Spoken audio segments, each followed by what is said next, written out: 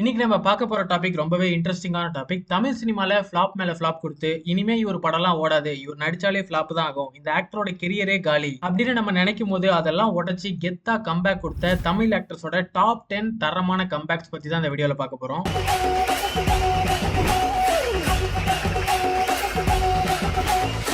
வீடியோக்குள்ள போறதுக்கு முன்னாடி ஒரு சின்ன டிஸ்க்ளைமர் போட்டுறேன். இந்த வீடியோல நான் சொல்ல போற டாப் 10 லிஸ்ட் தமிழ் ஆக்டர்ஸோட 10 தரமான கம்பேக்ஸ் பத்தி மட்டும்தான். அந்த ஆக்டர்ஸோட ஃபேன் பேஸ் இல்ல அவங்க பாக்ஸ் ஆபீஸ் ரெக்கார்ட்ஸ் பத்தி எல்லாம் கிடையாது. அவங்களோட கம்பேக்ஸோட ரேட்டிங்ஸ் பத்தி மட்டும் தான் இந்த வீடியோல பார்க்க போறோம். சோ வாங்க வீடியோக்குள்ள போலாம். இந்த லிஸ்ட்ல 10th பிளேஸ்ல இருக்கிறது விஷாலோட recent comeback Mark Antony. Welcome to the world of Mark Antony மாமே. துப்பறிவாளன் இரும்புத்திரைன்னு 2 பேக் டு பேக் ஹிட் கொடுத்த விஷால் அதுக்கப்புறம் Sandakozhi 2, Ayogya, action, Chakra, enemy, Veerame Vaagai Soodum, லத்தின்னு flop இல்ல ஆவரேஜ் படங்களாவே கொடுத்துட்டு இருந்தாரு. இதுக்கப்புறம் அவ்வளவுதான் போல ஜீவா மாதிரி ப்ரொடியூஸ் பண்ணிட்டு போயிட்டு தான் அவருக்கு நல்லது அப்படின்னு அவர் மேல நிறைய விமர்சனங்கள் வைக்கப்பட்ட போது விஷால் பண்ண சம்பவம் தான் மார்க் ஆண்டனி. அவரோட கெரியர்ல இது வரைக்கும் இல்லாத அளவுக்கு வேற லெவல் ஓப்பனிங் அந்த படத்துக்கு கிடைச்சது. தமிழ் சினிமாலே ஒரு 10 ஆக்டர்ஸோட படங்கள் மட்டும் தான் 100 கோடி கலெக்ஷன் அடிச்சிருக்கு. அந்த லிஸ்ட்ல விஷாலோட மார்க் ஆண்டனி படமும் இருக்கு.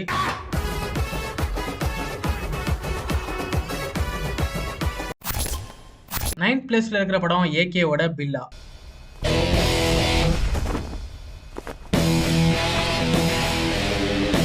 என்னையா தலைய போய் 9th பிளேஸ்ல வச்சிருக்க அப்படின்னு உங்களுக்கு ஒரு கொஸ்டின் வரலாம். நான் முன்னே சொன்ன மாதிரி இது ஸ்டார்ஸோட டாப் 10 ரேங்கிங் இல்ல, இது அவங்க கொடுத்த கம்பேக்கோட டாப் 10 லிஸ்ட்னு. மத்த ஆக்டர்ஸ் எல்லாம் கண்டினியூஸா 2-3 ஃபிளாப் கொடுத்தா கூட அந்த ஹீரோ மேல எப்ப கம்பேக் கொடுப்பீங்க அப்படின்னு ஒரு கொஸ்டின் ரைஸ் ஆகும். ஆனா அஜித் தொடர்ந்து எவ்வளவு ஃபிளாப் கொடுத்தாலும் அது ஒரு பெரிய விஷயமாவே யாரும் கண்டுக்க மாட்டாங்க. படம் ரிலீஸ் ஆகி ஒரு வாரம் மீம்ஸ் அண்ட் ட்ரோல்ஸ் போடுவாங்க, அதுவும் விஜய் ஃபேன் சைட்ல இருந்து வரும். அதை தவிர அஜித்தோட கம்பேக்கை பத்தி யாருமே பெருசா பேசிக்க மாட்டாங்க. சுறா, பீஸ்ட், அண்ணாத்த மாதிரி படங்களுக்கு அப்புறம் ரஜினி விஜய் மேல ஹிட் கொடுத்தே ஆகணும் அப்படிங்கிற பிரஷர் வந்ததோ அதே மாதிரி ஏகே மேல எப்பவுமே ஒரு பிரஷர் வந்ததே கிடையாது. ஏன்னா மத்த ஆக்டர்ஸோட படம் நல்லா இல்லனா முதல்ல டிசப்பாயின்மெண்ட் ஆகுறதே அவங்களோட ஃபேன்ஸ் தான். எக்ஸாம்பிளுக்கு பீஸ்ட் ரிவ்யூ எடுத்து பாத்தீங்கன்னா விஜய் ஃபேன்ஸ் தான் ஃபர்ஸ்ட் அந்த படத்தை கழுவி ஊத்திருப்பாங்க. அதே மாதிரி தான் மத்த ஃபேன்ஸும். ஆனா ஏகே ஃபேன்ஸ் அப்படி இல்ல, படம் ஃபிளாப்னே ஒத்துக்க மாட்டாங்க. எங்க தலை ஸ்கிரீன்ல வந்தாலே போதும், அவர் வந்து நின்னு நடந்தா போதும் அப்படிங்கிற மைண்ட் செட்ல தான் முக்காவாசி அஜித் ஃபேன்ஸ் இருப்பாங்க. அதனாலேயே தலைக்கு கம்பேக்ங்கிற விஷயம் தேவைப்பட்டதே இல்ல. இப்படி எல்லாம் அஜித் ஃபேன்ஸ் மாறினது மங்காத்தாக்கு அப்புறம் தான். அதுக்கு முன்னாடி வரைக்கும் அஜித் மேலேயுமே ஹிட் கொடுக்க மாட்டேங்கிறீங்க அப்படின்னு சொல்லி நிறைய விமர்சனங்கள் வந்துட்டு தான் இருந்தது. 2003ல ரிலீஸ் ஆன வில்லன் படத்துக்கு அப்புறமா ஆஞ்சநேயா, ஜனா,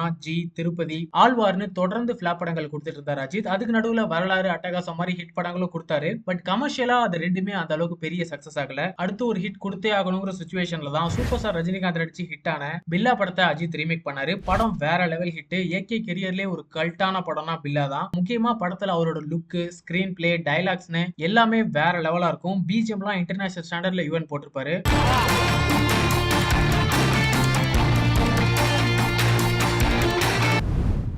தமிழ் சினிமாவோட ரொம்ப ஸ்டைலிஷான படம்னா பில்லான்னு தான் சொல்லணும். இன்னும் ஒரு 40-50 வருஷம் கழிச்சு பில்லா படத்தை எடுத்து பார்த்தா கூட ஃப்ரெஷ்ஷா அன்னைக்கு ட்ரெண்டுக்கு படம் பார்க்குற ஃபீலை கொடுக்கும். அப்படி ஒரு கிளாஸான படமா விஷ்ணுவர்தன் எடுத்திருப்பாரு. பில்லா படத்தோட கம்பேக் அப்புறம் அஜித் அந்த டாப் 5 பொசிஷன்ல ஸ்ட்ராங்கா சேரப்பட்டு உட்காந்துட்டாரு. கட்ஸ் இல்லனா க்ளோரி இல்ல, க்ளோரி இல்ல. 8th பிளேஸ்ல இருக்கிறது சாக்லேட் பாயா போய் ரக்கட் பாயா கம்பேக் கொடுத்த நம்ம அரவிந்த் சாமியோட தனி ஒருவன். வெளிச்சத்துல இருக்கிறவன் தாண்டா இருட்டை பார்த்து பயப்படுவான், நான் இருட்டிலேயே வாழ்றவன். 1994ல ரிலீஸ் ஆன பாம்பே படத்துக்கு அப்புறம் அரவிந்த் சாமிக்கு பெரிய ஹிட் எதுவுமே கிடைக்கல. பட வாய்ப்புகள் கொஞ்சம் கொஞ்சமா குறைஞ்சு போய் முழுசா பிசினஸ்ல போக்கஸ் பண்ண ஆரம்பிச்சாரு. அதுக்கப்புறம் 2013ல அவரை டெபியூ பண்ண மணிரத்னமோட கடல் படத்துல ஒரு கேமியோ ரோல் மாதிரி பண்ணியிருந்தாரு. பட் அந்த படமும் சரியா ஓடல. கடல் படத்துக்கு அடுத்து ரிலீஸ் ஆன படம் தான் தனி ஒருவன். யாருமே எக்ஸ்பெக்ட் பண்ணாத ஒரு பியூர் வில்லனிசத்தை காமிச்சு மாசா கம்பேக் கொடுத்திருந்தாரு அரவிந்த் சாமி. அரவிந்த் சாமினா அழகா இருப்பாரு, டீசென்டான ரோல் பண்ணுவாரு, அவருக்குலாம் வில்லன் ரோல் செட் ஆகாது அப்படின்னு படத்தோட ட்ரெய்லர் வர வரைக்கும் நிறைய கமெண்ட்ஸ் அண்ட் ரிவ்யூஸ் வந்தது. ஆனா தியேட்டர்ல ஜெயம் ரவியை விட அரவிந்த் சாமியை தான் ஆடியன்ஸ் பயங்கரமா கொண்டாடினாங்க. சித்தார்த் அபிமன்யுங்கிற அந்த கேரக்டரோட ஆட்டிடியூட், லுக், அவர் பேசுற டயலாக்ஸ், வில்லனிசம்னு இந்த ரோலை அவரை தவிர வேற யாருமே பண்ண முடியாதுங்கிற அளவுக்கு அந்த ரோலை பெர்ஃபெக்ட்டா பண்ணியிருந்தாரு. இந்த படத்தோட சக்சஸ்க்கு அப்புறம் பேக் டு பேக் படங்கள் இப்ப பண்ணிட்டு இருக்காரு. தல கெரியர்ல எப்படி யாராலையும் பண்ண முடியாத ஒரு ஸ்டைலிஷான படமா பில்லா இருக்கோ அதே மாதிரி அரவிந்த் சாமி கெரியர்ல தனி ஒருவன் சித்தார்த் அபிமன்யு ரோல் ஒரு லைஃப் டைம் ரோல்னு சொல்லலாம்.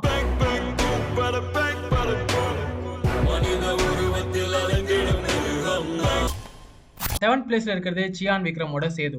வார்த்தை தவறிவிட்டாய் கண்ணம்மா மார்பு துடிக்குதடி. சேது விக்ரமோட கம்பேக் படம்னு சொல்றதை விட சினிமால 10 வருஷமா கஷ்டப்பட்டு 20 படங்களுக்கு மேல நடிச்சு அவர் கொடுத்த ஃபர்ஸ்ட் ஹிட் சேதுன்னு சொல்லலாம். தமிழ் சினிமால சக்சஸ் ரொம்ப லேட்டா கிடைச்ச ஒரு ஆக்டர் விக்ரம். அவர் ஹீரோவா டெபியூ ஆன ஃபர்ஸ்ட் படம் என் காதல் கண்மணி. இந்த படத்துல ஹீரோவா நடிக்கிறதுக்கு முன்னாடி தூர்தர்ஷன் சீரியல்ல நடிச்சிருக்காரு. சிங்கரா ட்ரை பண்ணி 2-3 சாங்ஸ் பாடிருக்காரு. பிரபுதேவா, அஜித் மாதிரி ஆக்டர்ஸ்க்கு டப்பிங் கொடுத்திருக்காரு. இவ்வளவு பண்ணி தான் ஃபர்ஸ்ட் படத்துல ஹீரோவா நடிக்கவே அவருக்கு சான்ஸ் கிடைச்சது. அதுக்கப்புறம் 20 படத்துக்கு மேல நடிச்சு கூட அந்த ஃபர்ஸ்ட் ஹிட் அவரால் டெலிவர் பண்ண முடியல. மனுஷன் இவ்வளவு ஃபிளாப்பையும் தாங்கிட்டு எப்படி சினிமா விட்டு போகாம இருந்தாருன்னு தெரியல. வேற யாராவது இருந்தா கண்டிப்பா சினிமாவும் வேணாம் ஒண்ணும் வேணாம்னு விட்டு ஓடி இருப்பாங்க. ஆனா விக்ரம் என்னைக்காவது ஜெயிப்போன்னு போராடி கடைசியா 1999 டைரக்டர் பாலா டைரக்ஷன்ல சேதுன்னு ஒரு படம் நடிச்சாரு. அந்த படத்தை எந்த ஆக்டருமே பண்ண ரெடியா இல்ல. பாதி படம் ஃபுல்லாவே பைத்தியமா நடிக்கணும்னு சொல்லி எல்லாரும் அவாய்ட் பண்ண ஒரு ஸ்கிரிப்ட் தான் விக்ரம இன்னைக்கு சியான் விக்ரம்ங்கிற ஒரு மிகப்பெரிய நடிகனா மாத்திருக்கு. பிலிம்ஃபேர் நேஷனல் அவார்டுன்னு சேது அவார்ட் மேல அவார்டா வாங்கி குவிச்சது. தெலுங்கு, கன்னடா, ஹிந்தில எல்லாம் இந்த படத்தை ரீமேக் பண்ணாங்க. சேது ரிலீஸ்க்கு முன்னாடி வரைக்கும் தமிழ்லயே நிறைய பேருக்கு விக்ரம்னா யாருன்னு தெரியாம இருந்துச்சு. ஆனா அந்த படத்தோட ரிலீஸ்க்கு அப்புறம் இந்தியா ஃபுல்லாமே ஒரு ஃபேமஸான ஆக்டரா மாறிட்டாரு விக்ரம். ஆனா சேதுல எனக்கு கிடைச்ச அந்த அங்கீகாரம், தட் ஃபர்ஸ்ட் டைம் ஒரு தியேட்டர்ல போயிட்டு நமக்கு கூட கை தட்டுறாங்க. நெக்ஸ்ட் 6th பிளேஸ்ல இருக்கிறது 2005ல சூப்பர் ஸ்டார் ரஜினிகாந்த் கொடுத்த ஒரு முரட்டு கம்பேக் சந்திரமுகி.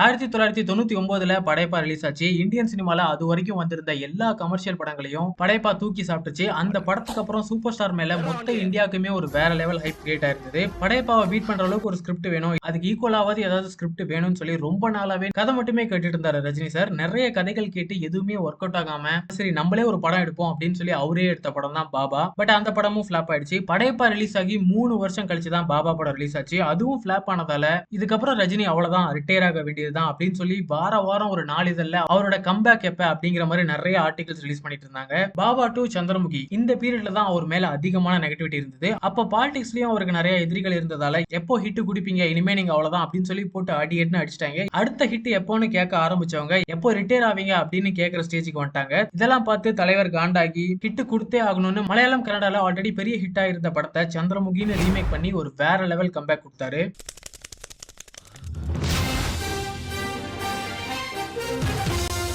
சந்திரமுகி 850 நாளைக்கு மேல ஓடிச்சு. தலைவரோட செகண்ட் இன்னிங்ஸ் சந்திரமுகில இருந்து தான் ஸ்டார்ட் ஆச்சு. பாபா சரியா போல, ஓஹோ அண்ணன் ஆடிட்டாரு, அசந்துட்டாரு. நான் யானை இல்ல குதிரை. யானை விழுந்தா எந்திரிக்க ரொம்ப டைம் ஆகும், நான் குதிரை சக்கன் எந்திரிச்சேன். அதுக்கப்புறம் சிவாஜி, எந்திரன் 2.1 கோலிவுட்டோட ஃபர்ஸ்ட் 100 கோடி, ஃபர்ஸ்ட் 200 கோடியில ஸ்டார்ட் ஆகி ஃபர்ஸ்ட் 600 கோடி வரைக்கும் பாக்ஸ் ஆபீஸ் சம்பவம் பண்ணாரு. அப்போ சார் பேசும்போது சொன்னாரு, நான் யானை இல்ல குதிரை. யானை விழுந்தா எந்திரிக்கிறதுக்கு லேட் ஆவான, குதிரை விழுந்தா டப்புன்னு எந்திரிக்கணும். இன்னைக்கு சொன்னாரு, இன்னைக்கு செஞ்சுட்டாரு. 5th பிளேஸ்ல இருக்கிறது சூர்யாவோட சூரரை போற்று.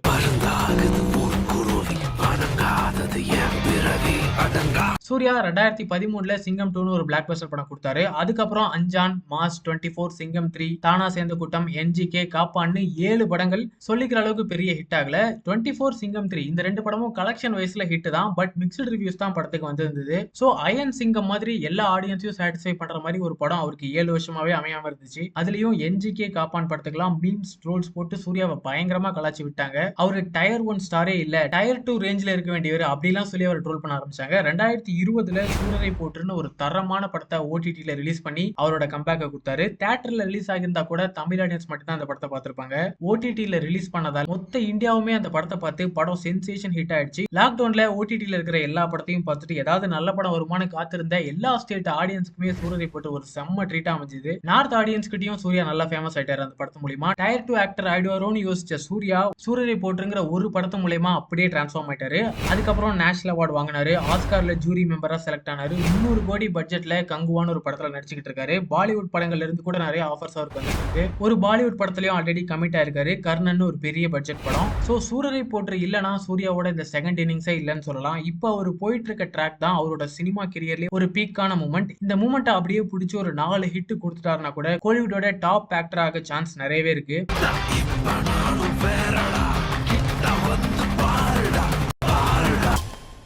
அடுத்து 4th பிளேஸ்ல இருக்கிறது சூப்பர் ஸ்டார் ரஜினிகாந்தோட ரீசன்ட் கம்பேக் ஜெயிலர்.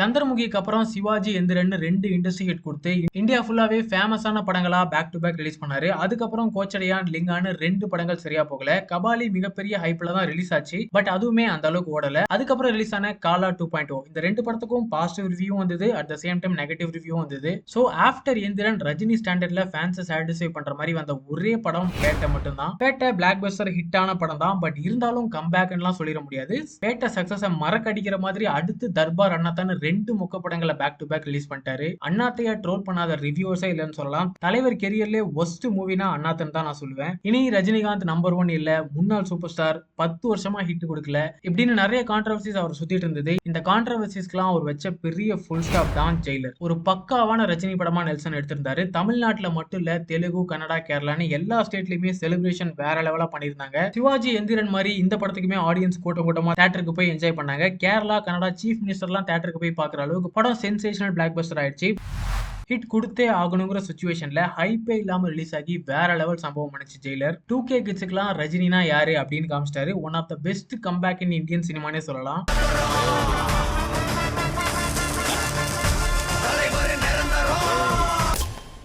அடுத்து 3rd பிளேஸ்ல இருக்கிறது உலகநாயகனோட விக்ரம்.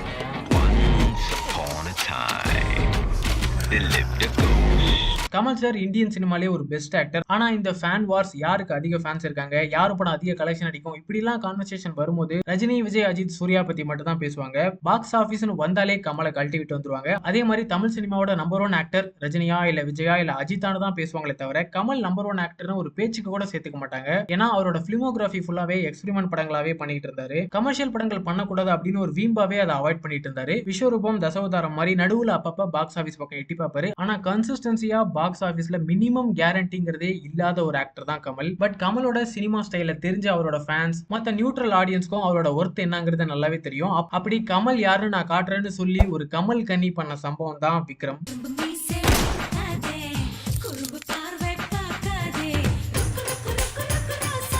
ஜெயிலர் மூலியமா எப்படி 2K கிட்ஸுக்குலாம் தலைவர் யாருன்னு காமிச்சாரோ அதே மாதிரி விக்ரம் மூலியமா கமல்ஹாசனும் தான் யாருன்னு காமிச்சிட்டாரு. 2K கிட்ஸுக்கு மட்டும் இல்ல, 90s கிட்ஸ்ல பல பேர் கூட உலகநாயகனை குறைச்சுதான் இடம் போட்டிருந்தாங்க. விக்ரம் படத்து மூலியமா அவர் வெறும் கிளாஸ் ஆக்டர் மட்டும் இல்ல, மாஸ் ஆக்டர்னு காமிச்சிட்டாரு. படம் 450 கோடி கிட்ட பாக்ஸ் ஆபீஸ் பண்ணிச்சு. விக்ரமோட சக்சஸ்னால அடுத்தடுத்து பெரிய பெரிய படங்கள்ல கமிட் ஆயிருக்காரு. இந்தியன் 2, இந்தியன் 3, தக் லைஃப், கல்கி, அன்பரி டைரக்ஷன்ல ஒரு படம்னு வேற லெவல் லைனப்ஸ் வச்சிருக்காரு. விக்ரமோட லாபத்துல இருந்து STR48 சிம்பு வச்சு ஒரு படம், அமரன் சிவகார்த்திகேயன் வச்சு ஒரு படம், 2 பெரிய படத்தை ப்ரொடியூஸ் வேற பண்றாரு.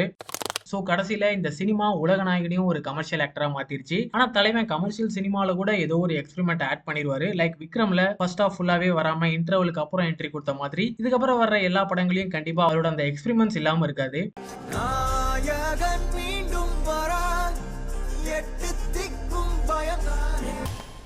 அடுத்து 2nd பிளேஸ்ல இருக்கிறது இந்த கம்பேக்குங்கிற வார்த்தை அதிகமா ரவுண்ட் அடிச்சது இவரோட லைஃப்ல தான். 2010ல வினை தாண்டி வருவாயான ஒரு ஹிட். அதுக்கப்புறம் வஸ்தி, போடா பொடி, வாலு, இது நம்ம ஆளு, ட்ரிப்ளே, வந்த ராஜாவதா வருவேன், ஈஸ்வரன் 11 வருஷமா ஹிட் கொடுக்க முடியாம கஷ்டப்பட்டு இருந்தார் சிம்பு. அச்சம் என்பது மடமேடா ஹிட் தான், பட் அவ்வளவு பெரிய ஹிட் இல்ல. அந்த ஹிட்டை பார்த்துட்டு ஓகே சிம்பு கம்பேக் கொடுத்துருவாரு அப்படின்னு அவரோட ஃபேன்ஸுக்கு ஒரு ஸ்ட்ராங்கான நம்பிக்கை வந்தது. அதுக்கு அடுத்து ரிலீஸ் ஆன வந்த ராஜாவதா வருவன் படமே அந்த நம்பிக்கையை உடைச்சிருச்சு. பட் சிம்புவோட ஃபேன்ஸ் அவருக்கு இனிமே லாயலா தான் இருந்தாங்க. அந்த படம் ஓடலனாலும் அடுத்து வர ஈஸ்வரனாவது ஓடும் அப்படின்னு சொல்லி அந்த படத்தை மேல நம்பிக்கை வச்சாங்க. பட் அந்த படமே ஃபிளாப் ஆயிடுச்சு. எங்க தலைவன் என்னைக்கா இருந்தாலும் கம்பேக் கொடுப்பான்னு 10 வருஷமா சிம்பு ஃபேன் சிம்புக்காக சோசியல் மீடியால சண்டை போட்டுட்டே இருந்தாங்க. அவருக்கு அவ்வளவு லாயலா இருந்தாங்க. இந்த கம்பேக் பிரச்சனை இல்லாம இன்னும் ஏகப்பட்ட பிரச்சனை வேற அவருக்கு இருந்தது. சினிமால இருந்து red card, deep song issue, அப்புறம் அவரோட பர்சனல் லவ் பிரச்சனை, அவரோட ஃபிட்னஸ் ப்ராப்ளம்னு எக்கச்சக்க ப்ராப்ளம் அவர் சுத்தி இருந்தது. ஓகேங்க, அங்க அடிச்சா எடுத்துக்கிட்டோம், இங்க அடிச்சா எடுத்துக்கிட்டோம், எங்கெங்கயோ அடிக்கிறான் எடுத்துக்கிட்டோம். அவ்வளவுதான் சிம்பு. இதுக்கு மேல உடம்பெல்லாம் குறைச்சி இவ்வளவு கான்ட்ரவர்சிஸ் எல்லாம் தாண்டி சினிமால நடிக்க சான்ஸே இல்ல அப்படின்னு சினிமா சர்க்கிள்லயே நிறைய பேர் சொல்ல ஆரம்பிச்சாங்க. நிறைய ஆடியோ லான்ச், சினிமா ஃபங்க்ஷன்ல எல்லாம் சிம்புவை கலாச்சி ஸ்டேஜ்ல பேசி கைத்தட்டி வாங்கிட்டு இருந்தாங்க. சொல்ல போனா சிம்புவை ரொம்பவே கேவலப்படுத்திட்டாங்கன்னு தான் சொல்லணும். இன்னைக்கு வரைக்கும் அவன் பாத்ரூம் விட்டு வெளியே வரல. வந்துடலாமே, அந்த பாத்ரூம் என்ன அவ்வளவு சூப்பர் பாத்ரூமான எனக்கே ஆசையா இருக்கு அதை போய் பார்க்கணும்னு. அதுக்கெல்லாம் ரீப்ளே கொடுக்குற மாதிரி ஒரு தரமான படத்தை இறக்குனாரு சிம்பு. அவ்வளோ கான்ட்ரவர்சி, அவ்வளோ நெகட்டிவிட்டி அவர் சுத்தி இருந்திருந்தாலும் அதை எல்லாத்தையும் ஒரே படத்துல உடைச்சிட்டாரு. சினிமால மட்டும் இல்ல, லைஃப்லயும் கம்பேக் கொடுத்துட்டேன்னு காட்டுற மாதிரி ஃபிட்டா ஸ்டைலா பழைய சிம்புவா டிரான்ஸ்ஃபார்ம் ஆகி வந்தாரு. இவரோட டிரான்ஸ்ஃபர்மேஷனுக்கு இந்தியா ஃபுல்லாவே ஒரு நல்ல வரவேற்பு இருந்தது. நிறைய பேருக்கு இன்ஸ்பிரேஷனா மாறிட்டாரு. இன்ஸ்டாகிராம்ல டக்குன்னு 13 மில்லியன் ஃபாலோவர்ஸ் அவரோட டிரான்ஸ்ஃபர்மேஷன் வீடியோ பார்த்துட்டு இன்ஸ்பயர் ஆகி அவரை ஃபாலோ பண்ணாங்க. தமிழ் ஆக்டர்ஸ்லேயே அதிகமான இன்ஸ்டா ஃபாலோவர்ஸ் வச்சிருக்க ஆக்டர் எஸ்டிஆர் தான். ஒரு ஹீரோ எவ்வளவு ஃபார்ம் அவுட் ஆனாலும் திரும்பி கம்பேக் கொடுக்க முடியும்னு சிம்பு ப்ரூவ் பண்ணி காமிச்சிருக்காரு. என்னடா நம்மளால ஓட கூட முடியல. அப்படியே கட் பண்ணா மாநாடு அந்த ஏர்போர்ட்ல இருந்து வெளியில வரேன், இவங்களால என்ன பிடிக்க முடியல. அடுத்து இந்த டாப் 10 கம்பேக் லிஸ்ட்ல நம்பர் 1 பிளேஸ்ல இருக்கிறது தளபதி விஜயோட துப்பாக்கி.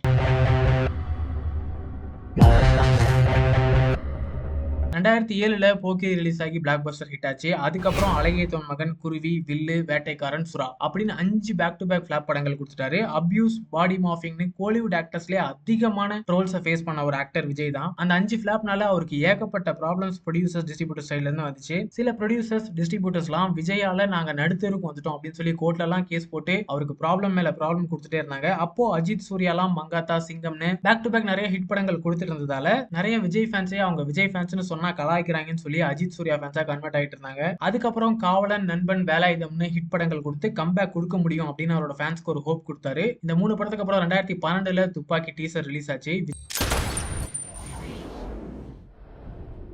I'm waiting.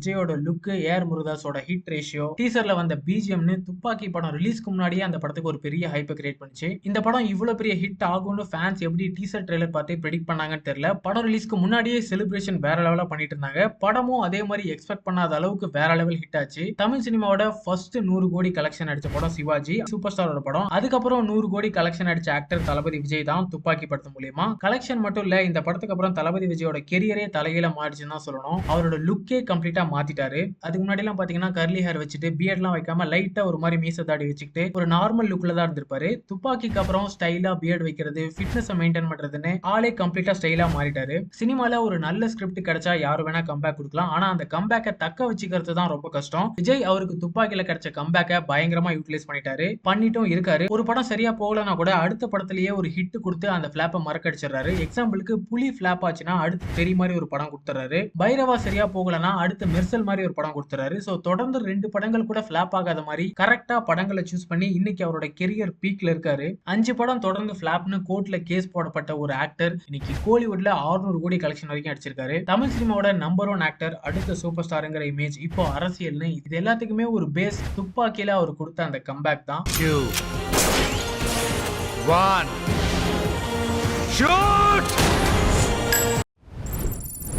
சோ இந்த வீடியோல தமிழ் ஆக்டர்ஸோட டாப் 10 கம்பேக்ஸ் பத்தி பார்த்தோம். இதுல உங்க ஃபேவரட் கம்பேக்ஸ் எது அப்படிங்கறத கமெண்ட்ல சொல்லுங்க. இந்த மாதிரி சினிமா பத்தின இன்ட்ரெஸ்டிங்கான அப்டேட்ஸ்க்கு நம்ம சேனலை மறக்காம சப்ஸ்கிரைப் பண்ணிக்கோங்க.